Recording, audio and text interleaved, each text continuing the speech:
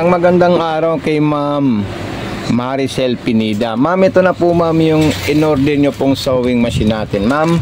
Okay, so ituturo po namin sa inyo yung wiring diagram ng ating sewing machine kung paano nyo po siya isasaksak sa ating wiring.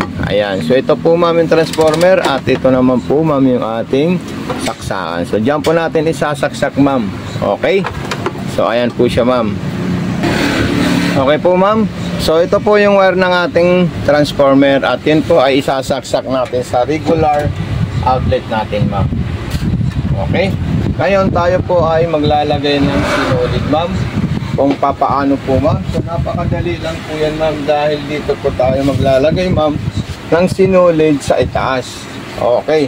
So ito kukuha lang pa ako ng sinulid po ma'am. Ayan. Okay. So ito yung sinulid natin ma'am. Dito po natin ilalagay. Sasawit natin dito at dito rin. Okay? Then ngayon po ma'am, ang kailangan natin ipasok dito. Dalawa po ito, sa likod tsaka sa harap. So dito po tayo sa gitna ma'am. Tutunog po siya ma'am at kailangan itong pressure foot natin nakataas. So ayan po siya ma'am. Ayan, may maririnig kayong napakaliit na lagitik or napakaliit na ano po niya ma'am. Tapos ito naman po siya. Taas natin siya. Pasok natin ng ganyan. Or pwede natin itusok papunta sa kaliwa. Dun sa may butas. Ayan. Okay, sa ilaw naman po. Ito naman po yung ilaw natin. Okay, so dito didiretso natin dyan. At dito naman po. Ayan. Tapos ipapasok natin siya sa butas ng karayom. Straight line po siya ma'am. Paano po yung straight line po ma'am? Tuwid po siya, papunta po dun sa likod. Yung tamang pagpasok natin sa butas ng karayom. Ito po siya ma'am. Tingnan nyo po ma'am ha. Ayan. Okay, so ayan. Kailangan tuwid po siya ma'am pagpasok dun sa likod ha. Doon natin kukunin yung sinulid natin ma'am. Okay po ma'am Maricel. So dito naman po sa ilalim. Ayan po siya ma'am. Ayan.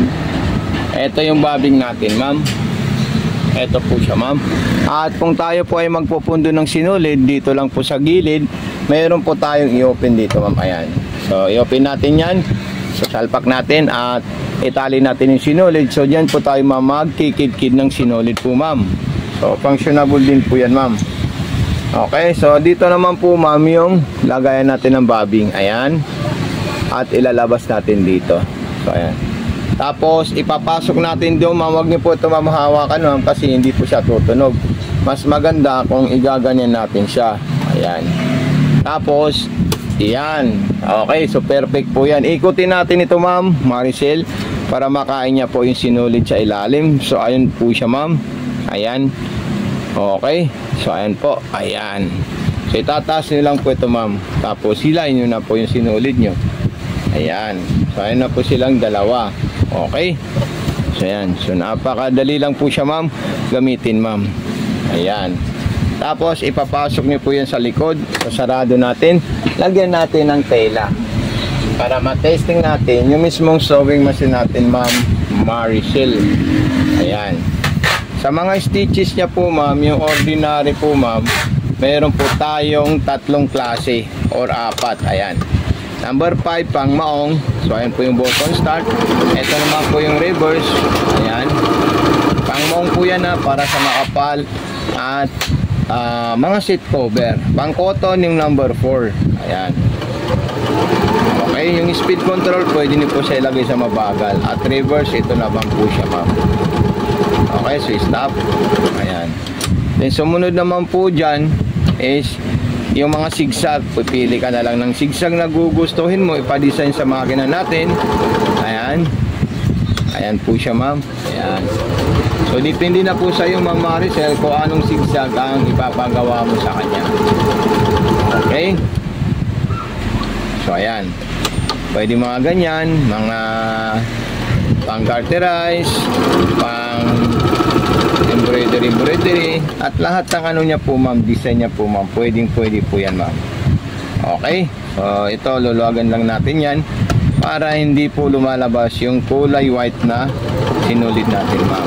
So ayan o, ang ganda po ng performance po ma'am. Ito kasi yung tension, ito Tapos ayan pa, pang piping, pang aging, pang garterize. Ayan, ang ganda ng mga design nito, ma'am. Ayan, sobrang solid po siya, ma'am. At sobrang ganda po ng performance ng ating sewing. Ayan, grabe, oh. Ang solid. Ayan.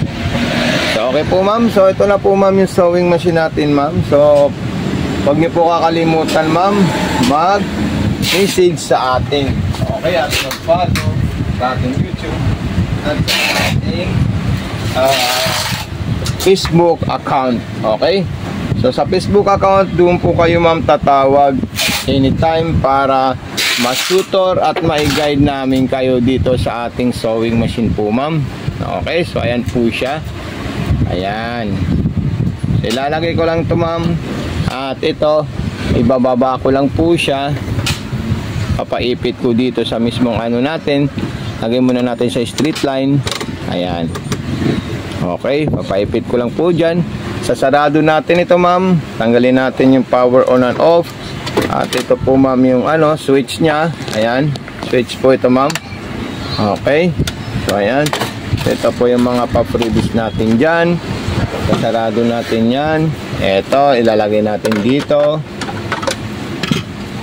Teka muna, ma'am. Baliktad. Ito, dito po siya, ma'am. Ayan. Ito naman, dito naman po siya. Ito, lagyan ito ng mga karayom natin, ma'am. Okay. So, ayan. So, ganyan lang po siya, ma'am.